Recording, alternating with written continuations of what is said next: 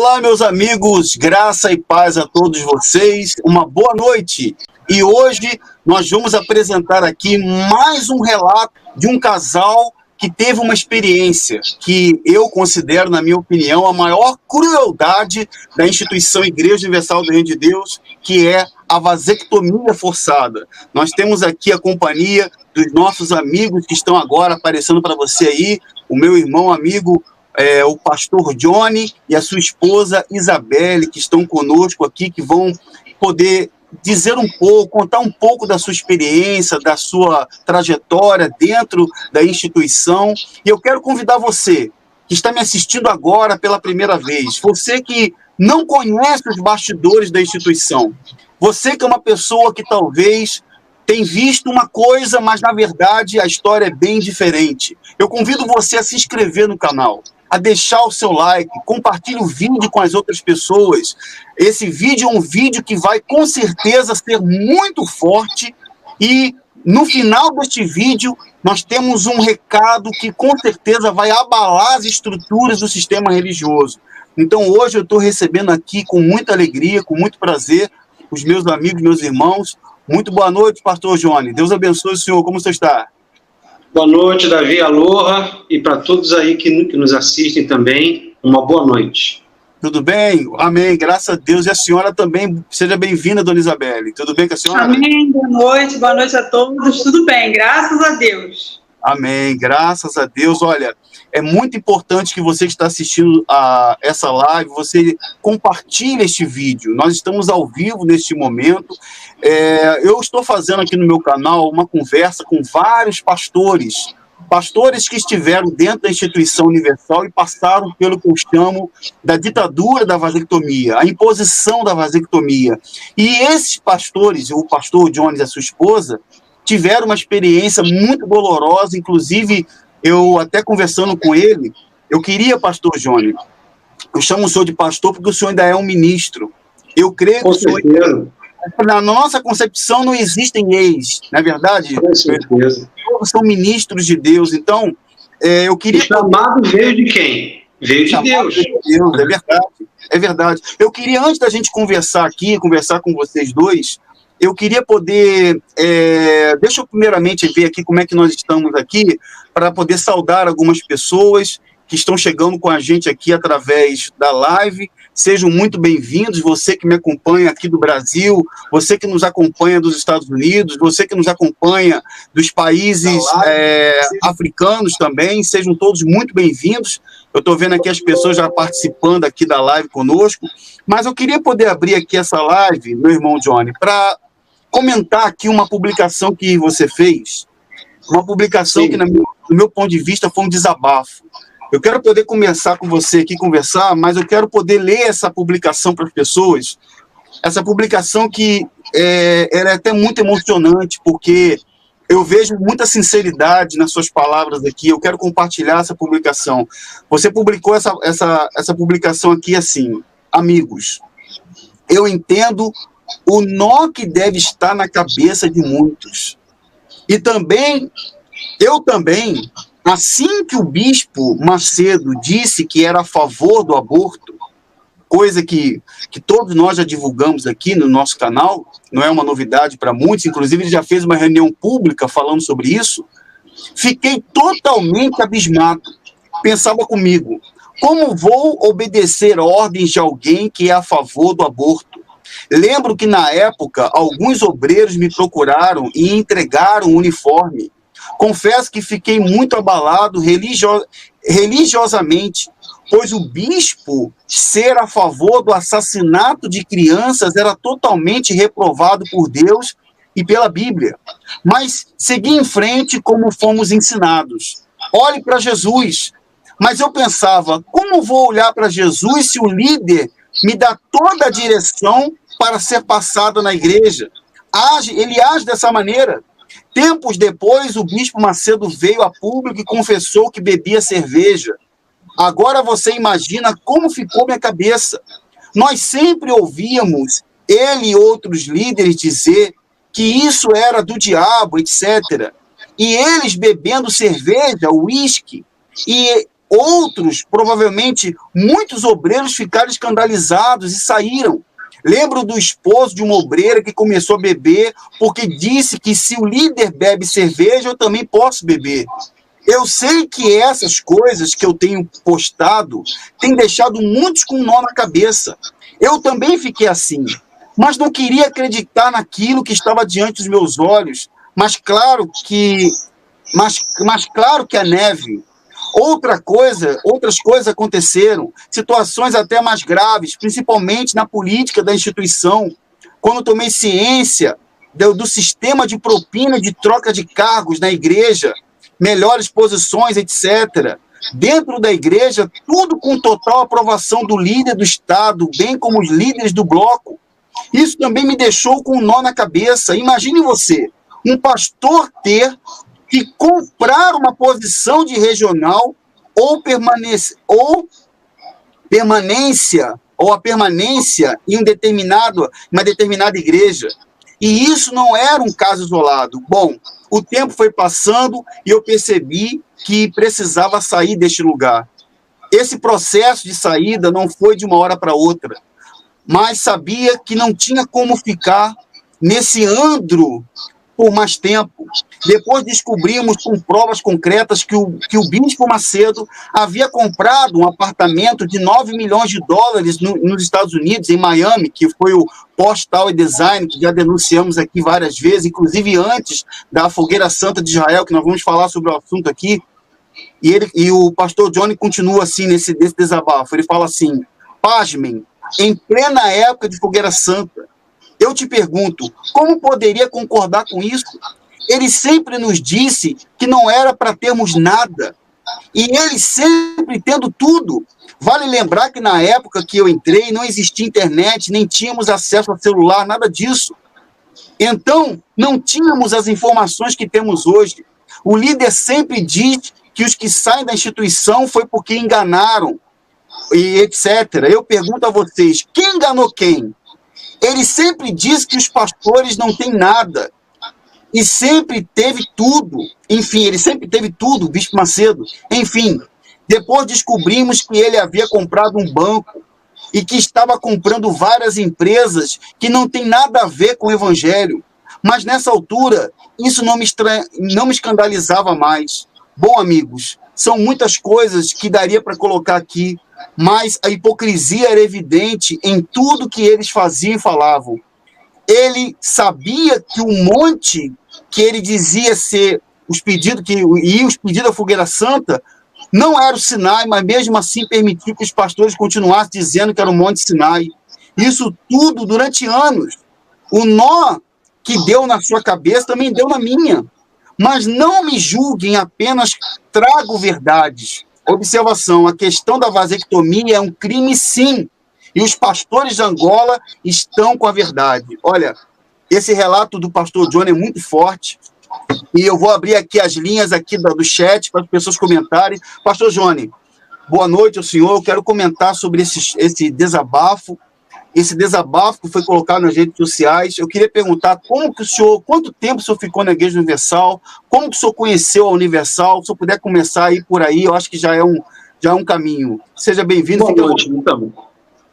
Boa noite, Davi. Então, o que acontece? Eu gostaria até de frisar algo. Às vezes, as pessoas, elas perguntam e até mesmo questionam. Elas dizem assim, mas vem cá, por que vocês só estão falando, ou só falam, depois que vocês saem? A primeira coisa, Davi, e a quem assiste agora, nós só falamos quando saímos, porque lá dentro nós não podemos falar. Essa que é a realidade, meu amigo, minha amiga. Lá não é uma democracia, digamos assim. Lá é uma ditadura, onde nós temos que apenas obedecer aquilo que é passado pela liderança. Então, quando muitos dizem assim, poxa, mas vocês só falam depois que vocês saíram. Bom, se nós falássemos qualquer coisa dessa natureza, enquanto nós estávamos lá, nós seríamos punidos, nós seríamos retaliados de diversas formas e maneiras. Tá?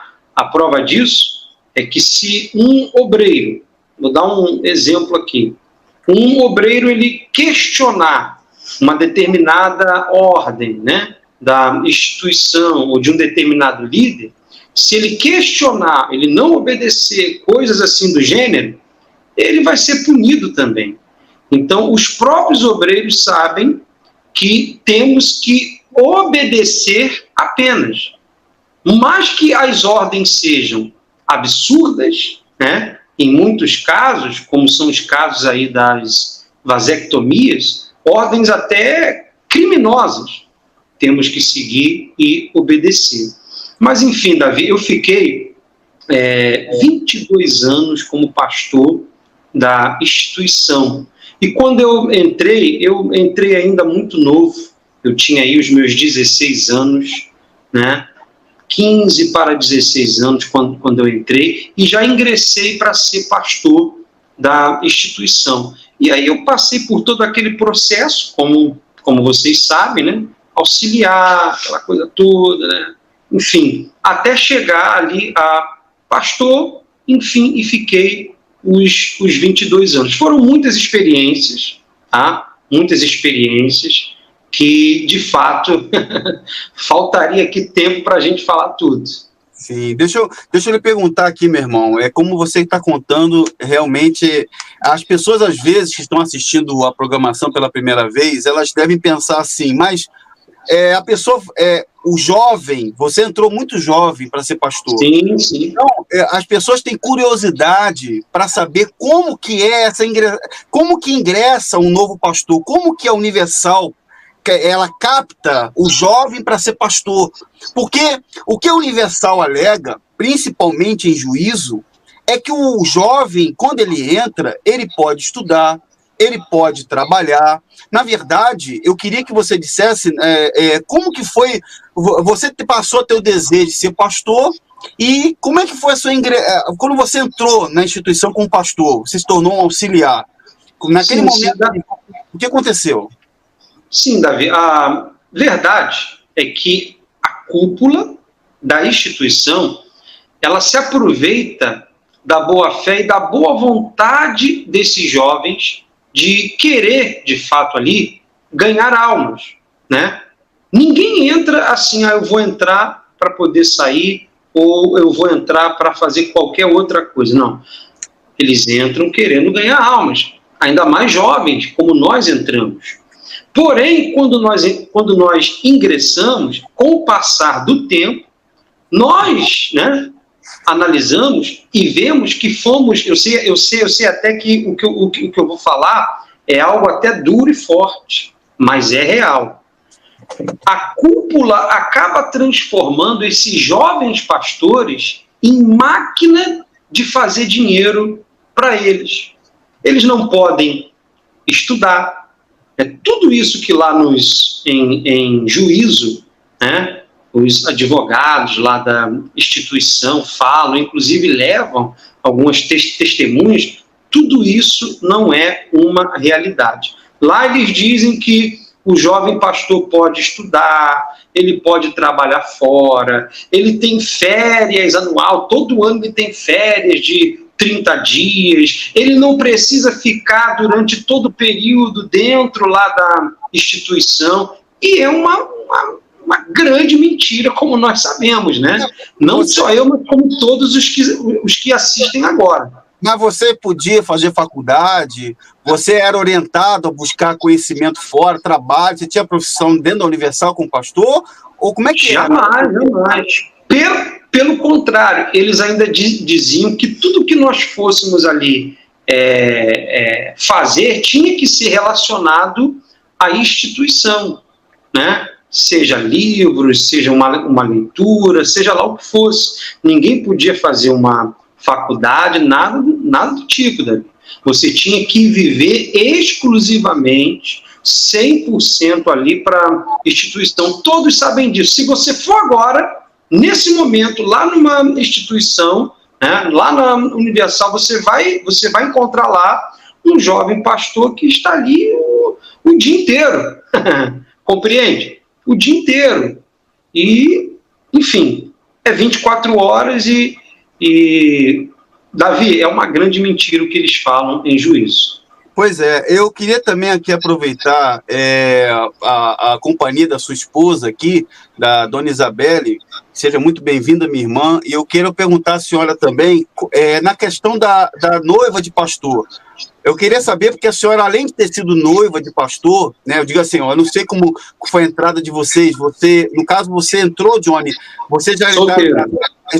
Entrou solteiro. Isso, passei por todo aquele processo, eu demorei aí praticamente uns 6 anos, praticamente, para poder ter a liberação para casar com ela. Até nisso nós não podemos... Tem que ter autorização. Sim. Ué, como assim? Se o bispo responsável, ele não assinar, ele não der a liberação, o pastor ele não casa. E olha, Davi, em muitos casos, se lá na hora lá da entrevista, o bispo ele olhar e falar assim, olha, não dá não, hein? Eu não fui muito com a cara dela e coisa e tal, enfim. Se ele cismar, o pastor ele não casa não. Essa que é a realidade. Eu já vi muitos casos assim, pastores que tinham até já dado entrada no cartório, mas tiveram que desmanchar depois de ter até convidado toda a família, amigos, entendeu? Mas deixa eu te perguntar, eu lembro, meu irmão Johnny, eu lembro de um episódio que ocorreu comigo na época do bispo Clodomir Santos, que deve estar assistindo o vídeo. Clodomir Santos, um abraço para você nos Estados Unidos, tá? As denúncias vão continuar. Mas, então, Clodomir, eu quero mandar um recado aqui, inclusive, para ele, porque eu estava nessa reunião, havia um corpo de auxiliares muito grande na nave auxiliar da catedral, eu era noivo na época, e o Clodomir havia dito que preto não pode namorar com branca, nas palavras dele. Nas palavras dele, preto não namorava com branca e branca com preto e vice-versa. Então, existia muito isso. Eu queria perguntar a você se foi só comigo nessa reunião, que não era só eu que estava ali, havia outros que estavam ali. É uma realidade. Entendeu? Bem, eles diziam assim, não, é porque se nós formos mandar o casal para um determinado país, um determinado lugar, não venha a ter ali nenhum tipo de problema naquele país, etc, etc. Mas nós sabemos que não era isso. Porque você veja, Davi, até os testemunhos que eram passados na televisão, muitos deles, né, quantas vezes eu já recebi telefonemas assim, o pastor fulano, tem que trazer um testemunho aqui na catedral, tal hora, tem que ser uma pessoa branca e de boa aparência. Era assim, Davi. Tá? Isso só veio a mudar um pouco na época do João Leite. Mas a maioria, né, era tudo assim, existia sim uma distinção e uma diferença. Eu tive amigos que foram tolhidos, proibidos de casar, porque eles eram brancos e as suas noivas, né, eram ali negras, né, eram de cor. Isso aí é fato. Eu queria perguntar aqui para a sua esposa, para passar a palavra aqui à dona Isabelle. Dona Isabelle, como é que era a rotina de uma noiva de pastor? O que ela tinha que fazer para que ela pudesse se encaixar dentro do perfil de uma futura esposa de pastor, dona Isabelle? Boa noite, fique à vontade. Boa noite a todos. Um prazer enorme estar aqui, podendo declarar, né, podendo dar o nosso depoimento. A gente acaba mexendo em uma ferida, né, porque, como meu esposo falou ainda há pouco, ninguém entra para sair, não era o nosso intuito entrar e sair, fomos obrigados, devido a tantas coisas erradas, totalmente avesso à palavra de Deus, ao evangelho da essência, e uma das coisas erradas era isso que o senhor acabou de citar. A noiva, ela, para se enquadrar, se encaixar nos padrões universais, ela teria que ser do jeitinho que eles queriam que ela fosse. Por quê? Porque tudo que a instituição ela faz é voltada para o benefício deles. Eles trabalham numa dinâmica, tá, de um bom funcionamento da empresa deles. Essa que é a realidade. Então, se um funcionário, vamos falar a nível de empresa, ele não se enquadra, ele está indo para outro patamar, ele é tirado. Ele é puxado para baixo. Olha, vem para cá e entra no trilho de novo. E eu, como noiva de pastor, eu tive muitos interventos assim, na minha vida, eu tive muitas intervenções assim, que eu precisei passar. Uma delas, eu me lembro que eu estava em casa e o Johnny me ligou e a gente estava namorando, nós não estávamos nem noivos ainda. E ele falou assim para mim, toda mulher, né, Davi, ela tem o desejo de ser mãe, né? Você sabe disso. Toda mulher, ela tem esse desejo. Só que eu já tinha ouvido falar que a instituição recomendava, porque ninguém obriga ninguém a nada. Na cabeça deles, não é uma obrigação. É uma persuasão tão sutil, tá? É um convencimento tão agradável, tão enredado, que nós vemos, poxa, realmente isso é a vontade de Deus para mim.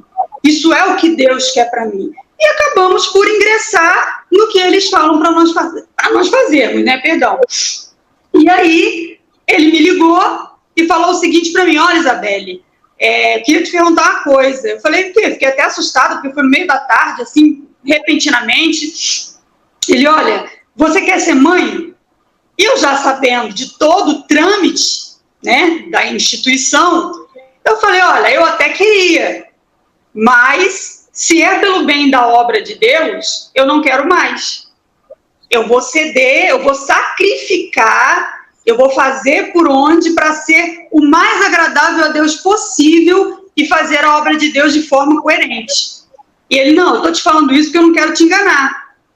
Quero casar com você, eu te amo, mas eu não quero que você amanhã depois se arrependa, eu não quero tirar o seu sonho de ser mãe. Só que eu queria muito também fazer a obra de Deus. E quando nós entramos, nós nos lançamos nessa missão, né, nesse sonho de fazer a obra. E foi o que aconteceu. Nos pautamos ali naquilo que era pedido, né, e colocamos isso dentro da gente. Não, vou realmente seguir essa orientação deles. E tive que fazer muitas adequações aí na minha vida para chegar no patamar que eles pediam que as noivas chegassem. Tive que mudar de igreja, tive que ir para a sede para ficar lá, para eles me observarem, porque como meu esposo falou, eles tinham que observar e eles tinham que gostar da menina. Exato. Se não se adequar àquilo que eles exigiam, né, ela não poderia casar comigo, supostamente ela não estaria preparada para ser uma esposa. Os padrões. Né? Mas a senhora, deixa eu perguntar, você ficou no geral, quanto tempo como pastor, Johnny? Quanto tempo você ficou como pastor? Eu fiquei, Davi, da Universal? Eu fiquei 22 anos, né? Eu entrei lá com os meus 16 anos e passei pelaquela fase toda, solteiro e tal, até que veio a entrevista com o líder, né, para a gente poder, então, ter a permissão para a gente casar. Casamos e fomos... Vai entrar... Não vai na cereja, não. Sim. Depois a gente vai nessa parte da... porque essa parte aí, rapaz, é a parte que, desculpa até cortar você, que sinceramente eu particularmente fico indignado, porque eu estou ouvindo a dona Isabelle falando agora aqui, e eu lembro de casos de noivas que foram levadas para casa de regional. Eu ia perguntar para ela agora se ela passou pelo... Por que eu perguntei isso? Porque recentemente as meninas estão tendo que se sujeitar ao chamado código de Rude. Sim, é que na nossa época, né, ainda não tinha tantas coisas assim como tem, né, como vieram depois. Exemplo, quando eu entrei, não tinha essa forçação de barra toda com respeito à vasectomia. Eles estavam ali, digamos, iniciando aquela, entendeu? Aquela coisa de, temos que fazer a vasectomia. Mas ainda não existia aquela forçação de barra como é hoje, a ponto de eles exigirem isso até dos solteiros. Olha, só casa, né? E eles têm que fazer antes de casar. Essa que é a realidade, né? Então, eles vieram trabalhando ao longo do... Então, muitas coisas, Davi, devido ao tempo, a nossa época que nós entramos, nós não pegamos, né? Mas vieram depois, entendeu? Davi, sim, esse ponto que você tocou sobre ir para a casa regional, trabalhar na casa de alguém, sim, eu fui. Eu precisei ir para a casa do pastor, não foi bem um regional, foi o titular da igreja na época, né? E eu fui instruída a trabalhar na casa dele. E ali eu passava roupa, era como se fosse uma empregada, né? Era uma secretária. Um minutinho, por favor. Um minutinho, a senhora, então, trabalhou como se fosse uma diarista, vamos dizer assim, né? Sim. Trabalhava lá, uma empregada doméstica, trabalhou. Mas a senhora recebia por isso? A senhora recebia salário? Não. Na verdade, Davi, era uma triagem porque eu ia viver quando me casasse. Porque a esposa do pastor, ela faz tudo isso. Ela é diarista, ela é contadora, ela trabalha em escritório, ela trabalha na parte burocrática, no escritório da igreja, ela faz tudo isso sem remuneração. Entende? Então, dizer, assim... Sim, por não. Pode continuar, Elizabeth.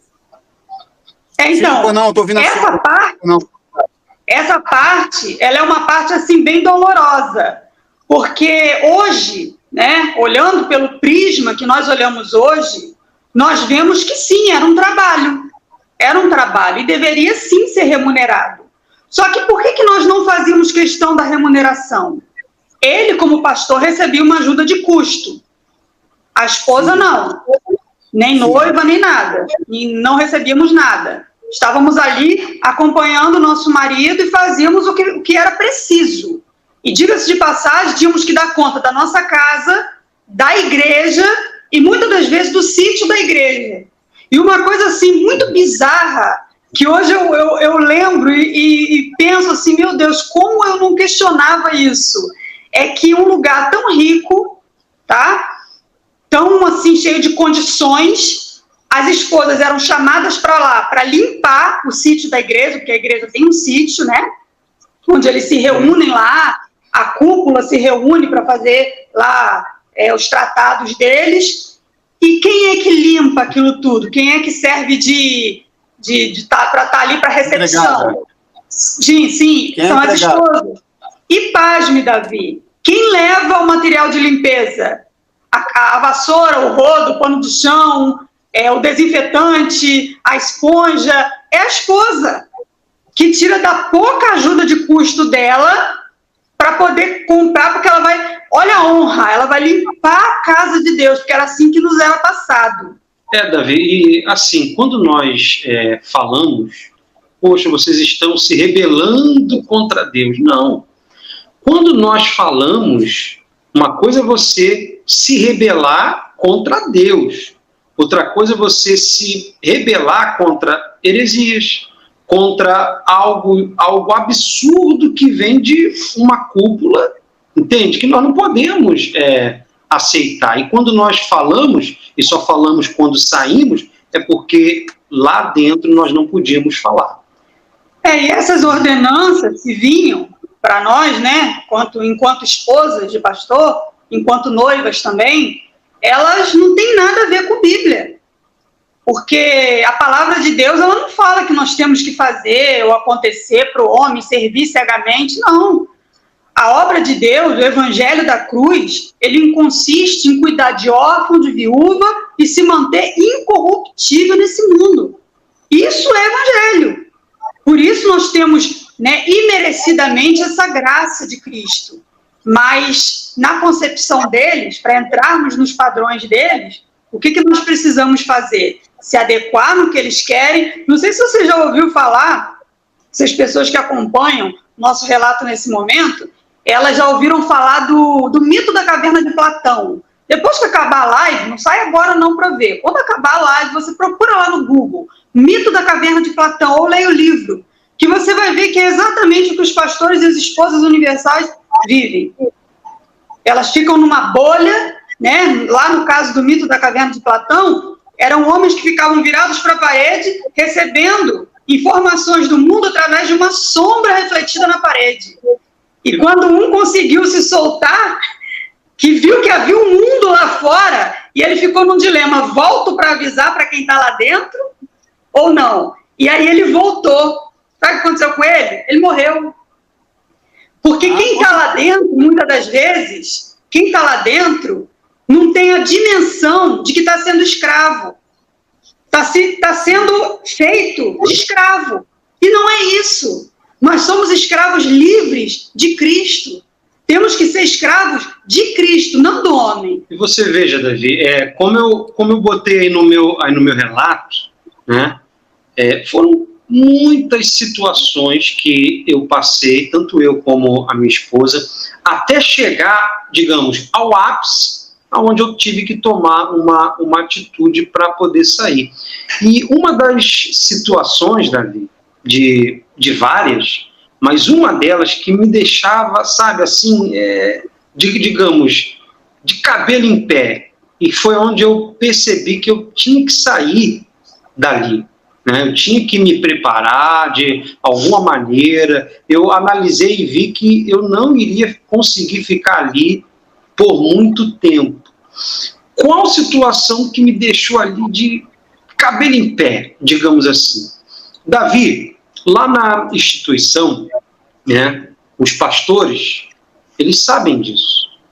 Os pastores, algumas esposas sabem disso. Existe um esquema de propina para se assumir determinadas posições, como região, como determinadas igrejas que têm um valor financeiro mais elevado. E funcionava como? Né? O líder, isso sempre existiu. Sempre existiu. Só que quando criaram os chamados blocos, Davi, isso virou uma febre, principalmente aqui no Rio de Janeiro, onde chegava-se ao ponto, Davi, de eles venderem ou exigirem propina até para enviar auxiliar para as nossas igrejas. E Burde era R$1.500. Era R$1.500. Você tinha que, digamos, negociar com o pastor lá da catedral, lá do setor. E aí, fulano, e aí, estou precisando aí de um auxiliar ou de um terceiro aqui na minha igreja, na minha sede, tal. E aí tinha que existir aquela negociação. Jogador de futebol. Sabe, Davi? Jogador de futebol. Imagina, eu teria que vender o meu ministério para poder assumir uma determinada posição. E isso ali, para mim, Davi, era um absurdo. Por quê? Davi, ele foi achado de trás das malhadas. Deus o achou. Então, todo pastor, né, tem aquele sonho. Não, um dia, se eu chegar em uma determinada posição, atingir um determinado patamar, ou assumir uma determinada igreja que tem um determinado valor, os pastores sabem do que eu estou falando, né? Vai ser porque Deus, ele me achou, Deus, ele me encontrou. Mas, na verdade, Davi, infelizmente, tristemente, muitos casos eram à base da propina. Por isso que muitos pastores, até sinceros, eles não entendiam o porquê que eles, né, com o ministério ali, entre aspas, tão bom, né, eles não iam para determinados lugares, eles não assumiam determinadas igrejas, eles não tinham determinados contatos, né, e intimidade com a cúpula, e etc, etc, etc. Davi não era um caso isolado. Não era um caso aonde nós podemos falar assim, não, mas isso aí é um erro humano. Não. Existia isso espalhadamente com os líderes de bloco e existia também com o líder do Estado. Isso aí era fato. Eu posso até falar sobre uma experiência minha, né? A última que eu passei nesse sentido, né? Eu passei em uma determinada igreja, onde nós começamos ali a fazer o trabalho evangelístico, coisa e tal, e como era cobrado valores financeiros, como sempre é ali para o pastor, aquela igreja ela começou a desenvolver financeiramente e a coisa foi indo, a ponto de até chegar a passar em valores a sede da própria região, né? E aí, o que aconteceu? O regional, ele já era aborrecido comigo, porque eu não queria participar do esquema que rolava mensalmente para poder chegar junto lá com uma propina, né? Ele me chamou e disse, olha, você está passando aqui a minha sede e você sabe que, poxa, todo mês eu tenho que chegar lá no bispo tal, eu não vou aqui citar nomes, né? Mas eu tenho que chegar lá na sede lá do bloco e deixar tanto lá, Johnny, você sabe disso.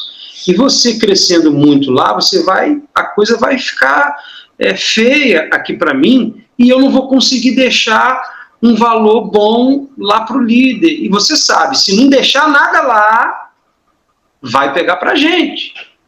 E Davi, ele queria que semanalmente eu deixasse lá um determinado valor para que ele pudesse, então, repassar para o líder do bloco. E eu nunca aceitei essas coisas, né? Vender o meu ministério, coisa e tal. Enfim, isso foi só um dos pontos. Esse esquema de propina que sempre existiu, tá? Mas de uma forma mais intensa, quando foi criado os blocos, né? Só para você ter ideia, Davi, até nos apartamentos, né? Lá tem um setor que é o setor de locação, né? O pastor está precisando de um apartamento, ou ele se mudou, veio do interior, veio de outro estado, ele tem que procurar lá o determinado responsável daquele setor, né, para que ele venha ser direcionado lá para o apartamento lá da instituição. Davi, até nisso rolava propina. Não, Johnny, você simplesmente deixar um valor para que você pudesse ir, né? E dependendo do valor que você deixasse lá, você ia para um determinado condomínio, para um determinado apartamento, a coisa mudava. E se você não deixasse nada, vai morar junto. Agora eu quero fazer uma pergunta. Será que o Renato Cardoso, bondoso, Renato Cardoso é muito bondoso, eu assisti um vídeo dele agora há pouco, eu quase chorei, eu quase me emocionei. Renato Cardoso é muito bondoso. Eu queria saber, será que ele sabe desse esquema? Será que ele está sabendo que acontece isso dentro da instituição? Porque, meu irmão Johnny, teve uma publicação que nós fizemos, eu recebi essa imagem, inclusive foi uma imagem muito tocante. Eu, sinceramente, chorei. Porque os pastores como você e outros que estavam ali querendo fazer um trabalho sincero, mas se deparavam com a corrupção, se deparavam com a heresia, se depararam com todo tipo de crueldade, não fazem mais parte do corpo eclesiástico da Universal, porque... Davi, sim, o sincero não consegue ficar. O sincero, ele vai sair, porque ou ele faz parte de toda essa sujeirada, né? Para poder permanecer, chegou ao ponto de eu ser até ameaçado que se eu não desse, eu iria perder a igreja. Pois é. Eu teria que separar o valor da minha igreja e enviar para aquele determinado líder para que eu pudesse permanecer naquela igreja, entre aspas, abençoando as pessoas. Pois é. Não, eu ia dizer sobre um pastor que foi a publicação veio, inclusive acho que até você recebeu também, do pastor lá de Alagoas, que foi tirado do apartamento, está morando no escritório com um bebezinho. o bebezinho lá, o bebê de colo, e segundo lá o que foi passado, você talvez possa me corrigir se eu estiver errado, que isso foi uma punição para ele, porque parece que ele teve... Sim. E isso ele não quis fazer vasectomia, a esposa engravidou, né? Teve a criança e represária.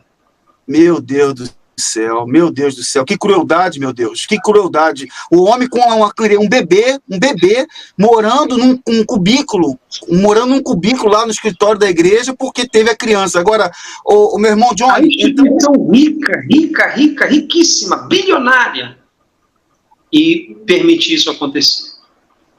Com certeza. Eu queria entrar aqui na questão da vasectomia, meu irmão. Eu queria perguntar a você, porque a dona Isabel estava falando agora há pouco, ela estava comentando que ela recebeu uma ligação que você já falando para ela, preparando ela emocionalmente, tipo assim, e aí, sondando, né? Sondando. Isso, é porque...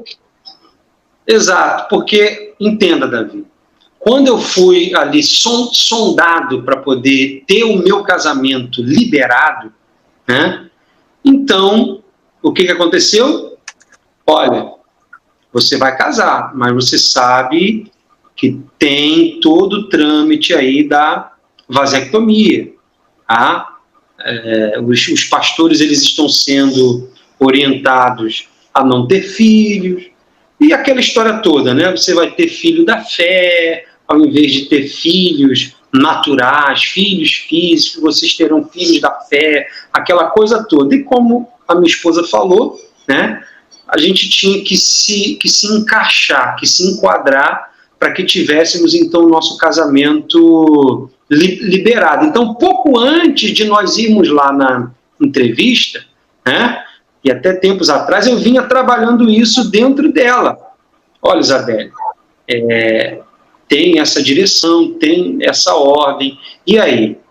E ela, como sabia de toda essa ordem, porque isso já vinha sendo passado também lá nas reuniões de noiva, então ela me falou, eu também não quero, né? Eu também vou optar entre aspas, né? Eu também vou optar em não ter filhos, tá, Davi? Mas que, na verdade, nós sabemos que existe toda uma pressão, todo um terror psicológico de diversas formas e maneiras para que o pastor faça a vasectomia. E se não fizer, né, ele sofre, então, retaliações. E quando nós fomos para entrevista, né, para que houvesse ali o nosso casamento, então, ser liberado, porque, como eu falei, Davi, o pastor, para que ele venha casar, ele tem que ter a liberação do bispo estadual. Se ele não assinar, o pastor ele não pode dar entrada no casamento e etc, etc. Então, quando nós chegamos lá, né, foi o grande dia da entrevista, para a gente poder, então, ver se iríamos casar ou não, se o bispo iria aprovar ou não. Né? Quando chegamos lá, assim que sentamos diante lá do bispo, a primeira coisa que ele pergunta, Davi, pegou com quanto e tá com quanto, rapaz? Imagina, Davi. A minha esposa... Para aí. Você que não está entendendo, vamos traduzir, meu irmão, porque... eu vou explicar. Porque a pessoa está pensando o seguinte, não, peraí, eles são pastores, aquilo lá é uma igreja, aquilo lá é um trabalho sem fins lucrativos. Mas o pastor na Igreja Universal do Reino de Deus, como eu canso de dizer no meu canal, ele trabalha por meritocracia. Quanto mais ele arrecada, mais ele cresce. Então, cresce no quê? Cresce nas almas, nas pessoas, nos batizados nas águas? Não. Pegou com quanto é o quê, pastor Johnny? Fala aí, pastor Johnny. Então quando ele perguntou isso, a minha esposa, que era a minha noiva, ela não entendeu nada, né? Ela já ficou, porque eu não passava essas informações até então ali para ela, né? Eu tentava ali poupá-la ali ao máximo, né? Dessas informações, digamos assim, né? Então, quando ele perguntou, pegou com quanto e está com quanto, ela pensou que o líder estava falando sobre a quantidade de pessoas que dava na minha igreja e que estava dando. Mas não, Davi. Ele estava perguntando quanto eu havia, né, qual o valor, quando eu cheguei naquela igreja, qual o valor, quanto ela dava e quanto ela está dando agora depois de 1 ano e meio. Davi, se no mínimo eu não tivesse dobrado o mês, o valor daquela igreja, Davi, eu não teria o meu casamento liberado. Ainda mais na época que eu entrei, alguns pastores sabem disso, que, meu amigo, se você não arrebentasse, como eles diziam, você não casava, né? Quando eles diziam assim, tem até vídeos aí espalhados pela internet, se não arrebentar, você não vai casar. Tinha um líder, Davi, que na reunião lá com os solteiros, ele falava assim, ó, nessa fogueira santa, se você não colocar 3 vezes mais, você vai voltar a auxiliar e você não vai casar. Então, Davi, tristemente, infelizmente, mas é uma realidade. Ele não estava me perguntando sobre a quantidade de membros, a quantidade de pessoas, ou se eu estava fazendo um bom trabalho naquela igreja. Ele estava me perguntando sobre o valor. Se eu conseguir, né, desenvolver financeiramente aquela igreja. Aí, Davi, muitos dizem assim, mas, poxa, por que vocês, vendo tudo isso e participando de tudo isso, vocês não saíram logo e coisa e tal? Davi, a parte religiosa, ela conta muito mentalmente para um pastor e para as pessoas que estão ali. Você veja que, por causa da religião, existem até pessoas que matam e morrem pela religião. Então, o que era colocado na nossa mente? E os pastores e esposas sabem disso. Eles nos diziam assim, o pastor que, de fato, ele é de Deus, ele cresce. Está vendo isso aqui? Eles colocavam na nossa mente, nós éramos ensinados dessa maneira, que o pastor, o bom pastor, o pastor que era homem de Deus, de fé, o pastor que tinha o Espírito Santo, ele cresce. Eu já vi casos, Davi, de eu ouvir absurdos em reuniões de pastores com o líder máximo, onde ele disse com todas as letras, se você não cresce, isso aqui, ó, financeiramente, você não tem o Espírito Santo. Aí você imagina, Davi, como que ficava a cabeça do pastor sincero, do pastor verdadeiro, né? Aquele que queria ganhar almas e coisa e tal. Inicialmente ele ficava confuso, né? Porque precisa aí de muito tempo para que a gente possa, então, abrir de fato aí a nossa mente e entender que, na verdade, nós estávamos ali sendo trabalhados e transformados em máquinas de fazer dinheiro para a cúpula da Universal. Enquanto eles diziam assim, olha, pastores, vocês não podem ter nada, eles tinham tudo. Davi, como eu coloquei lá no meu relato, eu entrei em uma época que nós não tínhamos as informações. Não existia internet. Nenhum pastor, quando eu entrei, tinha celular. Alguns bispões que tinham. O radinho. Quando eu entrei, nós andávamos com um bip na cintura, né? E quando tinha alguma reunião, eles avisavam ali pelas mensagens naquele bip.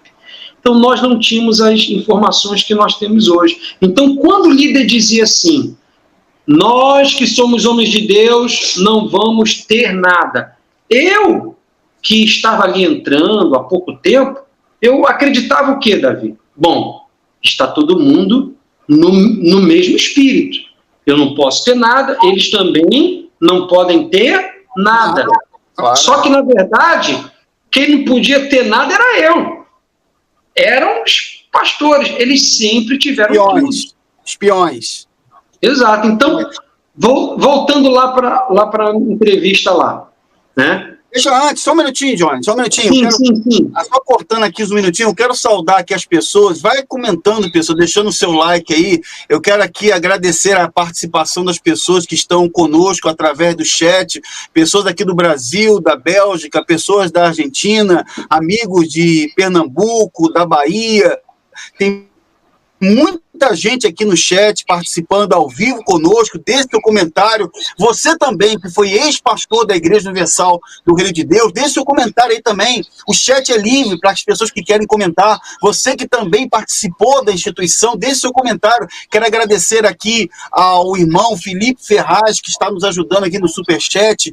Você também pode ajudar o canal através da ferramenta do Superchat, que está disponível aqui no chat. Ajude a gente também, se você puder e quiser dessa maneira, tá bom? Um grande abraço aí ao Felipe Ferraz. Tem muita gente que está participando aqui, deixando vários comentários, pessoas do Brasil, pessoas de fora. E eu quero entrar nesse assunto, meu irmão Johnny, porque está bem interessante essa conversa, porque nós sabemos que nós passamos. Na verdade, o que você está contando, o que a sua esposa está contando, você, a dona Isabela, está comentando, é uma realidade que, infelizmente, os pastores, eles passam lá dentro. Como nós já falamos agora há pouco, o pastor não pode estudar, ele é privado de ter informação, ele não pode trabalhar, e ele é levado a um sistema que ele acredita ser um trabalho espiritual. Não, você tem que arrecadar, quanto mais você arrecada, mais as pessoas estão sendo abençoadas. É uma mentira. O povo não está sendo abençoado. O povo Davi, sim. Assim, eu passei por uma experiência com a Fogueira Santa, que é uma campanha que vocês sabem que, aonde, enfim, né, é a galinha dos ovos, né, como eles dizem. Enfim, Davi, eu passei numa igreja, Flamengo, e essa igreja, lá tinha um obreiro, e esse obreiro, ele sempre assistia às minhas reuniões, a gente batia sempre um papo e tal, até que veio uma campanha de Fogueira Santa. Davi, eu passei por uma experiência ali, que essa campanha, quando ela veio, esse obreiro, ele tinha uma enfermidade, onde ele tinha que fazer a hemodiálise. Era um bom obreiro, excelente, homem de Deus, tá?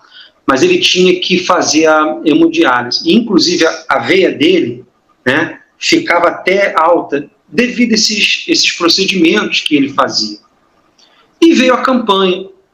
Esse obreiro precisava de um transplante de rins para que ele pudesse, então, ficar livre, né, de ter que fazer ali aquela hemodiálise quase que, entendeu, semanalmente, e volta e meia ele passava mal. Veio a Fogueira Santa. Pregamos lá a campanha. Quando eu acabo o culto, Davi, esse obreiro vem, ele me procura, e ele diz assim: pastor, eu consegui uma maneira de fazer o transplante. Tem um órgão lá para mim, eu consegui uma forma de fazer esse transplante, mas eu quero ir para o altar.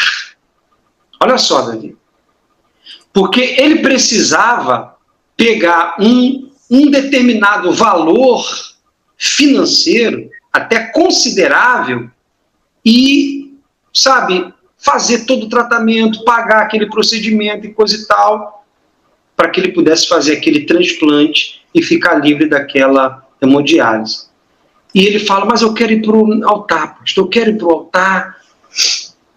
E Davi, eu já tinha a minha mente ali já bem trabalhada, e eu chamei ele, né, até corri risco de o líder, né, ele me chamar a atenção ou me punir.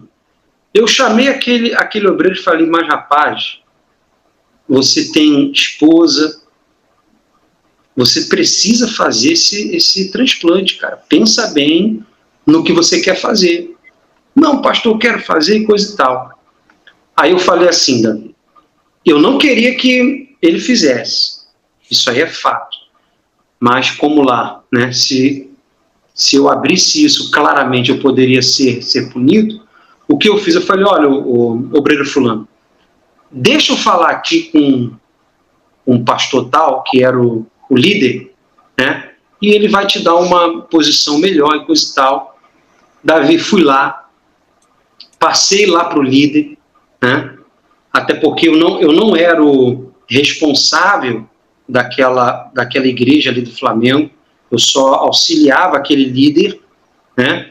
Então passei tudo ali para o líder, o que o obreiro queria fazer, ainda expliquei, olha, ele tem que fazer um transplante, coisa e tal. Davi, o líder, chama ele lá. Virou para ele e disse assim, vai pro altar, rapaz, com toda a tua força e coisa e tal. Davi, tempos depois, quando chegou a época de entrega daquele envelope, ele me procurou, entregou um montante e a chave do carro, acho que na época era um Kia Soul, acho que era um lançamento, e ele entregou. Fui lá, dei lá pro regional, e como você sabe, né, ele todo feliz, arrebentou! Ele dentro do escritório, arrebentou! Aí eu saí daquele escritório, Davi, pensando assim, meu Deus, toma conta desse obreiro. Davi, tempos depois, esse obreiro, por não ter feito ele morreu. Morreu. Meu Deus do céu. Comprou a cura dele. O homem que sim, aquilo ali, sabe, me marcou muito. Meu Deus. Porque, assim, ao meu ver, né, porque os líderes fazem isso. Quando eles estão com alguma questão ali de saúde, eles vão para os melhores hospitais, inclusive construíram um para isso. Sim. Né? Então, ao meu ver, era para aquele obreiro ter feito o quê? Olha, eu vou fazer o transplante. Davi, olha, aquilo ali para mim foi uma coisa que me deixou, sabe? Foi uma das coisas que me deixaram ali com... E eu dizia ali para mim mesmo, eu tenho que sair desse lugar. Esse não é o evangelho a qual eu deixei tudo para poder pregar. Eles estão apenas me transformando, usando os meus dons para me transformar em máquina de fazer dinheiro ali para eles. Entende, Davi? Então foi a minha experiência ali com essa fogueira santa, tá? E por mais que existam pessoas que até digam, não, eu fui beneficiado, eu fui abençoado. Irmão, irmã, entenda, você não precisa dar nada para que Deus faça algo na sua vida. Apenas use a sua fé, tá? E se for da vontade de Deus, Ele vai fazer ou não. É assim. Só que, infelizmente, como o nosso amigo, o William, ele sempre fala, né? Nós fomos ensinados errados e, né, passávamos ali também. Eu queria aproveitar aqui, não cortando aqui, meu irmão, mas falando aqui sobre a questão da vasectomia, porque é tanta crueldade, a gente vê a maldade, porque não há piedade das pessoas, não há misericórdia das pessoas, não há misericórdia dos ministros, dos pastores, porque o pastor é tratado como nada. O pastor, ele é infelizmente privado daquilo que Deus deu, que, na minha opinião, é uma bênção. Eu penso na criança como uma grande bênção de Deus, apesar de eu não ter filhos, mas eu vejo o casal que sonha em ter filhos, e isso ser bloqueado, ser impedido disso acontecer, é uma coisa terrível. É criminoso, né, velho? É criminoso, e eu queria, assim, entrar nessa questão, porque eu queria saber como foi, meu irmão. Eu sei que são tantas experiências terríveis. Sim. É importante que as pessoas que estão assistindo compartilhem esse vídeo, ex-pastores possam entrar, e eu quero dizer mais. Aguarde aí, porque no final desta live eu vou me dirigir aos pastores do sistema. Pastores que estão lá dentro, estão oprimidos, tomando remédios, pastores e esposas que sofrem também, a dona Isabelle talvez possa falar até melhor, esposas que sofrem muito lá dentro, porque são oprimidas, passam por muitas coisas e não podem falar nada, não podem nem expressar isso, ficam para elas. Então, eu queria aproveitar essa oportunidade, pastor Johnny e a sua esposa Isabelle, para que vocês possam falar, porque a questão da vasectomia é uma coisa tão cruel. O fato do pastor, talvez na hora, ser aquela motivação, não, você não vai ter filho, vai ter filho para fé, filho da fé, mas ficam marcas. Sim, Davi, é o que eles colocam na cabeça do jovem pastor. Olha, você vai ter filhos na fé, abra mão dos seus filhos naturais para que você possa ter filhos na fé. Só que, na verdade, Davi, nós sabemos que a visão não era essa, a visão da cúpula. A visão da cúpula era economia. Pastor que não tem filhos, menos despesa. E fora nas questões de transferências desse pastor, teria uma facilidade maior. Mas, enfim, quando a nossa experiência com a vasectomia, ela foi a seguinte, Davi, e agora eu até gostaria de dar um alerta até aos pais, né? Você que tem filho, pastor, filha, que é esposa de pastor, ou está para ingressar como esposa de pastor nessa instituição, fique bem ligado, analise bem, marque em cima. Por que eu digo isso, Davi?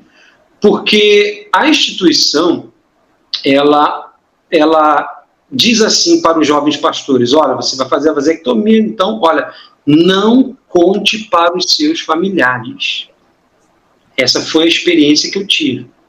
Olha, só fale depois, muito depois. Não conte antes, mas por quê? Porque eles podem reclamar, eles não vão entender a sua fé. Eles não vão entender a nossa fé e vão querer embargar e coisa e tal. Eles sabiam que se o jovem pastor procurasse os seus familiares, né, e dissesse assim, olha, eu vou fazer uma cirurgia de vasectomia e nunca mais eu vou ter filho. Poxa, os familiares, né, a mãe daquele pastor que gostaria de ser avó, a mãe daquela esposa que gostaria de ser avó, o pai e vice-versa, iriam, né, manifestar ali aquele lado contrário à coisa. Então nós chegamos lá na liderança para poder ter o nosso casamento aprovado ou não, e uma das condições, Davi, que o bispo líder do estado deu foi a seguinte, olha, o Johnny, eu vou liberar, mas eu só assino, que é caneta, eu só vou assinar se você se propor a fazer a vasectomia. E naquele momento eu lembro que naquela mesa ali, diante ali do bispo, eu até cheguei a dar uma respirada. Mas eu, achando que estava seguindo a direção de Deus, queria casar, toda aquela pressão em cima, se você não fizer o teu ministério, ele não vai desenvolver, você sempre vai ficar aí, vai ser mais um pastor, e coisas que eles colocam. E disse para o líder, então tá bom, eu vou fazer. Eu saí dali, Davi, com o meu casamento liberado, mas com o meu sonho de de ser pai tirado de mim. Tá? E quando eu casei, fui para a lua de mel. Uma semana depois, né, que a minha lua de mel praticamente foi uma lua de mel de 2 dias, né? A gente casou e foi para a igreja. Aí depois tivemos lá uns dias, foi uns 2 dias. Quando eu voltei, Davi, já estava lá toda a papelada, né? E a clínica clandestina. Eu digo clandestina porque para que o homem faça uma cirurgia como essa, ele tem que ter aí no mínimo 25 anos e 2 filhos. 2 filhos. Isso nunca foi respeitado pela cúpula da instituição. Eles não respeitam isso, esse processo de pastor tem que ter 2 filhos e tem que passar por todo um processo psicológico e tem que ser avisado ao Ministério Público. Nada disso, nada disso, nada. Por isso que as cirurgias de vasectomia nos pastores, elas são feitas clandestinamente. Porque, Davi, é ilegal, é contra a lei. Né? Você vê toda essa repercussão lá de Angola. Então, quando eu voltei da lua de mel, de 2 dias, estava toda aquela papelada lá, né? E eu tinha que ir para a clínica em Del Castilho para poder, então, fazer a cirurgia. Quando eu cheguei lá, existiam vários casais de pastores, né? Ali também esperando para poder ter o seu direito de ser pai arrancado de si, tirado de si. Davi, você sabe que hoje nós temos um grupo muito grande de pastores, até no Zap, que são vítimas da vasectomia, foram vítimas dessa cirurgia. E, Davi, existem alguns que entram no meu particular e que conversam comigo. Olha, Davi, é triste. Cada situação inclusive, eu queria abrir um parênteses aqui para o seu depoimento. Eu quero sinalizar aqui o relato do William Oliveira, nosso querido pastor William, que mandou aqui um relato. Eu quero ler esse relato aqui, aproveitar a sua oportunidade. Olha só o que o William colocou aqui. O William, pastor William, que teve uma grande experiência na instituição, colocou assim: eu, como pastor responsável de pastores, né, um pastor regional, fui orientado a levar os meninos, os garotos novos, a fazer a vasectomia. E também já fui orientado a levar uma esposa de 23 anos, sem filhos, a fazer laqueadura. Quer dizer, não era só pastor fazendo vasectomia, não.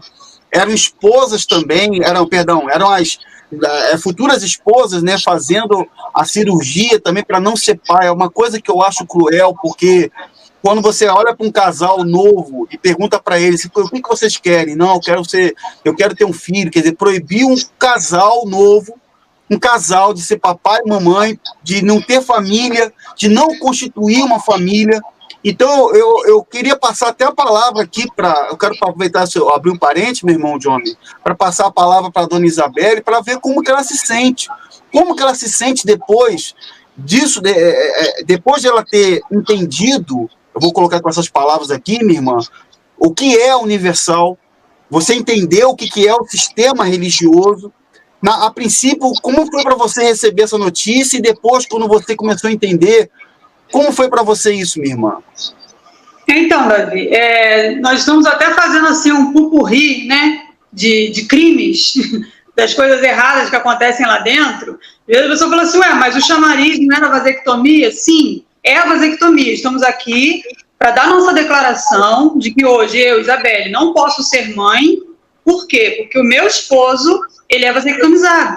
Nós temos 19 anos de casado e nós não temos filhos, porque fomos obrigados a fazer essa operação porque seria melhor para a obra de Deus, seria melhor, é a vontade de Deus e tudo mais. Como você está perguntando, Davi, hoje eu entendo que isso é um crime. Hoje eu vejo isso como um crime.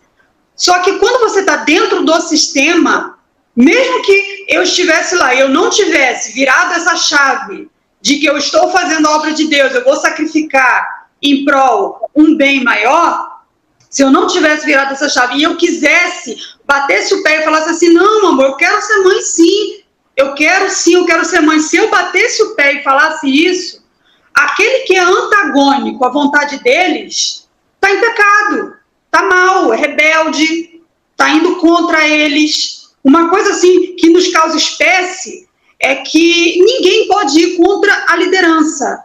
Se eu chegar num regional ou num bispo e disser, bispo, olha, eu não concordo com isso daqui, eu estou mal, eu estou em rebelião. Somos chamados de Corá, Datã e Abirão, para você ter uma ideia. Mas eu posso colocar Deus na parede. Como assim eu posso colocar Deus na parede? É uma das maiores heresias, que quando caiu a minha ficha, eu falei, eu pedi tanto perdão a Deus. Depois que eu saí, uma ocasião eu estava lavando roupa, eu estava na área de serviço da minha casa, e eu estendendo roupa, eu olhei para o céu, eu chorei copiosamente, eu falei, Senhor, tem misericórdia de mim, de tanta heresia que eu preguei e que eu vivi. Quantas foram as vezes que eu botei Deus na parede? Que eu falei, o Senhor me dá, ou dá. O Senhor tem que me dar, e não é tem que dar, Deus não tem que dar nada pra gente. E ali somos ensinados assim. E todo aquele que vai contra eles, tá mal. Pois muito bem, fomos lá, nessa clínica clandestina, a qual ele falou, lá em Del Castilho.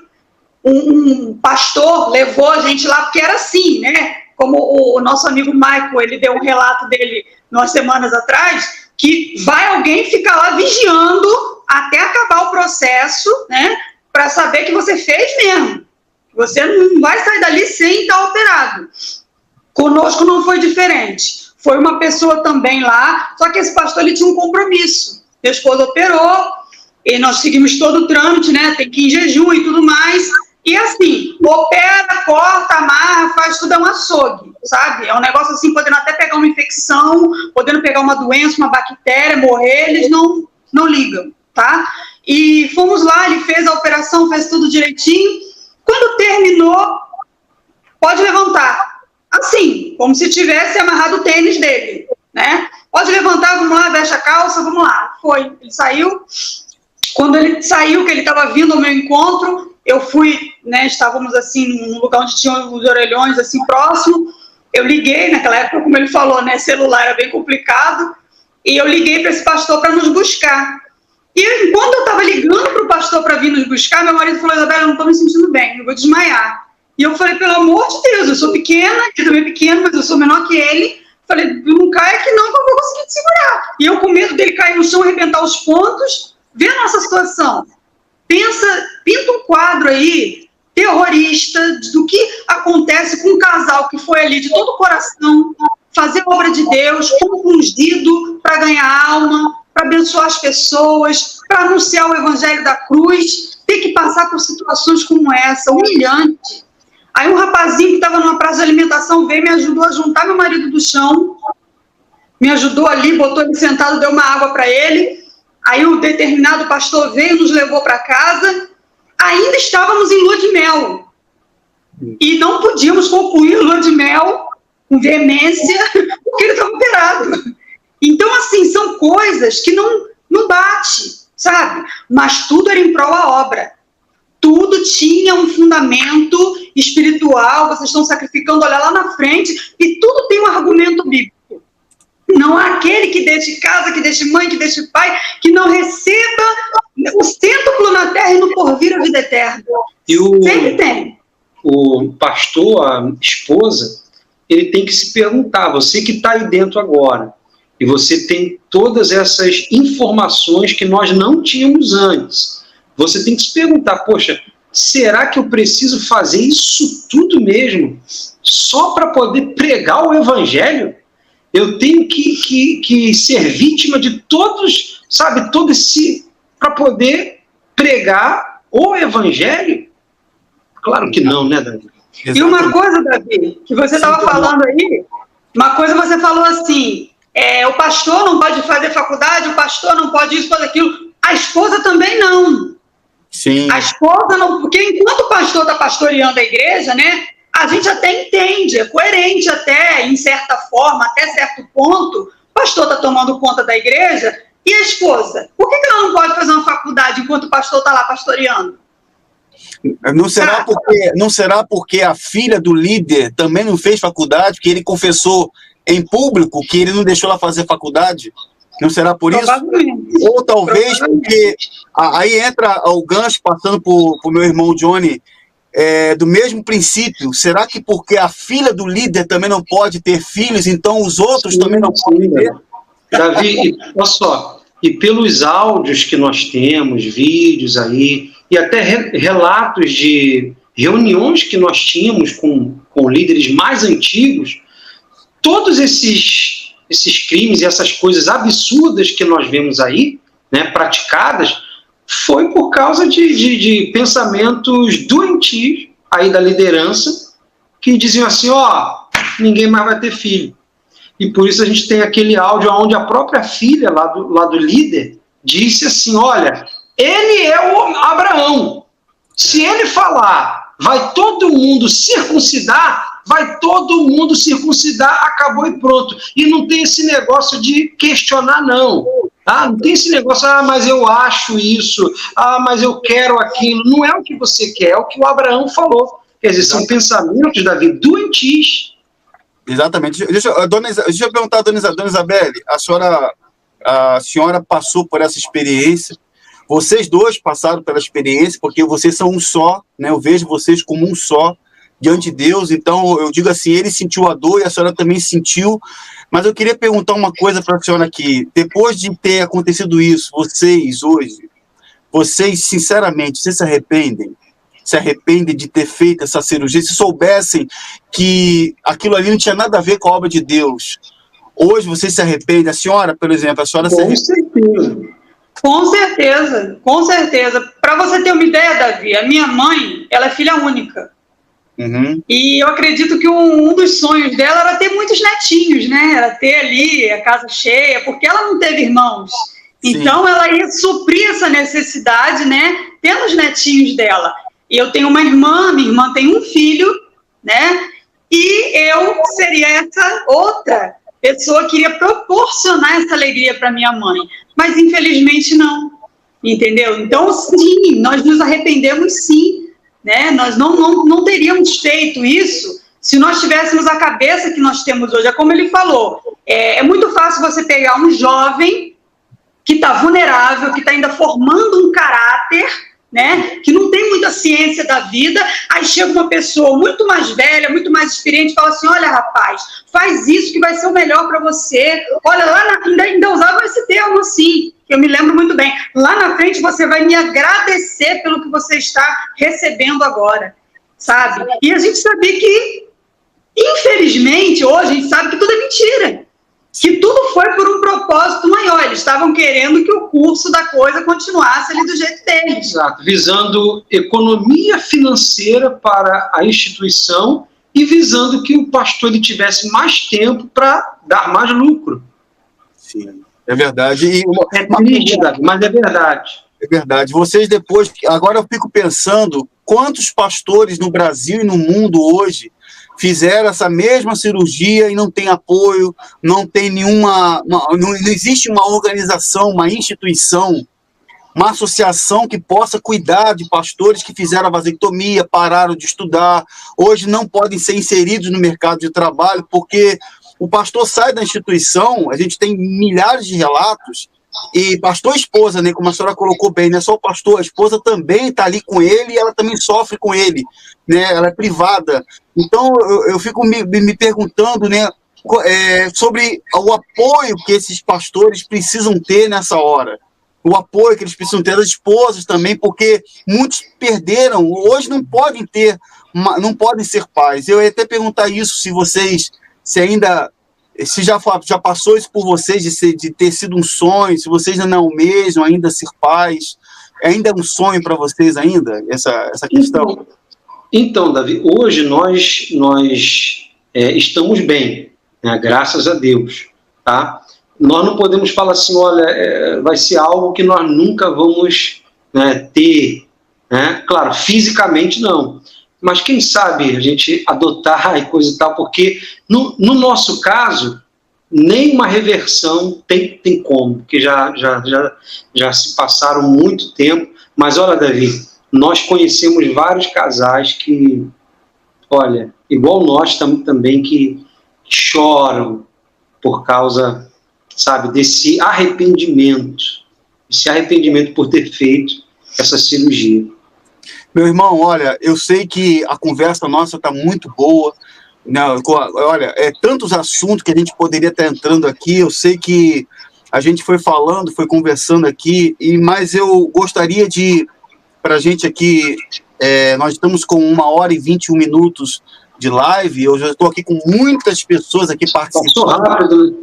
É rapidinho. A gente começa a falar alguma coisa interessante, começa a ficar...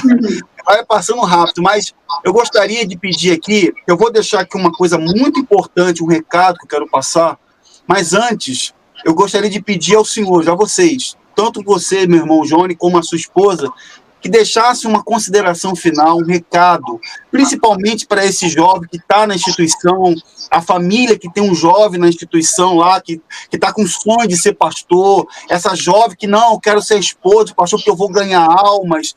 Qual o recado que hoje, você também, eu queria que você deixasse um recado também para os pastores que estão lá dentro, casais que estão lá dentro, passando por ti. Eu queria que você deixasse uma mensagem para esse pessoal, como consideração final. A palavra é de vocês agora. Sim, Davi, olha só, eu gostaria de me dirigir, principalmente, né, aqueles que estão ainda dentro do sistema. Eu sei que, vamos colocar aí, uns 70% gostariam, isso aí é fato, eu estive lá, eu sei disso, gostariam de sair. E não saíram ainda porque não tiveram ainda oportunidades, de diversas formas, e inclusive financeira, porque quando o pastor entra, Davi, ele, né, como é pedido para que ele não tenha nada, imagina, depois de 20 anos, ele se vê com o desejo de sair, né, fica muito difícil mesmo financeiramente. Mas eu gostaria de falar com vocês uma coisa. Olha, por mais que seja difícil, que você imagine que venha passar dificuldade aqui fora, tome uma decisão, tome uma atitude. E eu gostaria também de falar com vocês, você que está dentro e você que está fora aí do sistema, você pastor. Hoje existe um homem que está preso nesse momento, e inclusive é o aniversário dele, o Gladys. Ele está lá preso agora, nesse momento. E vocês sabem que ele só está preso lá até hoje porque ele quis ajudar vocês. Ele quis ajudar vocês a sair desse sistema, porque vocês sabem que se não fosse isso, essa ajuda que ele se propôs a dar, né, essas investigações elas correriam o seu curso aí normal e ele estaria aí. Mas porque ele quis ajudar vocês, hoje ele está lá, no seu aniversário, preso. Então, meu amigo, pastor, você aí, né, e esposa, crie um meio, crie coragem, tá? Mas não fique aí sendo manipulado por essa instituição. Então, como consideração final, eu quero deixar aqui o meu agradecimento por essa oportunidade, primeiramente a Deus, né, e quero agradecer também você, Davi, que Deus te dê muita força, muita sabedoria, para você continuar assim com esse canal. Eu quero até falar algo particular, que quando eu ainda estava dentro do sistema, que eu achava que eu estava fazendo a obra de Deus e que estava tudo bem, eu via canais como o seu, né, de denúncias, canais sérios, e eu questionava esses canais. Eu questionava, eu falava, meu Deus, por que essas pessoas, elas não usam esse espaço no YouTube, no Facebook, no Instagram, para poder falar de Jesus, para poder ganhar almas? Eu questionava, eu criticava.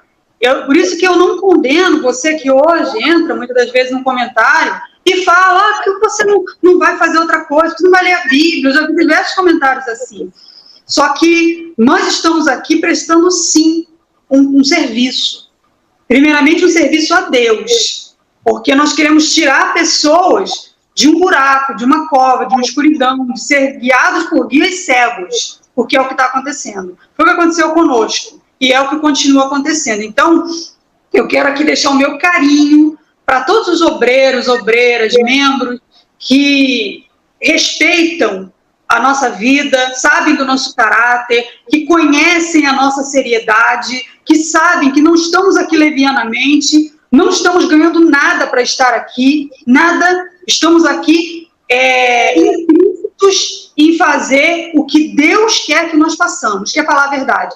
Nós nos calamos por muito tempo, justamente pensando em vocês, pensando nessas pessoas, não porque não vamos escandalizar essas pessoas, o que vai acontecer com a alma delas, só que nós precisamos falar, porque Jesus ele disse, conhecereis a verdade e a verdade vos libertará. E essa é a verdade que o evangelho da cruz ele não obriga ninguém a nada, ele não coloca peso em cima de ninguém. Jesus ele disse, o meu fardo é leve, meu jugo é suave. Não tem que ninguém nesse momento que está se sentindo oprimido.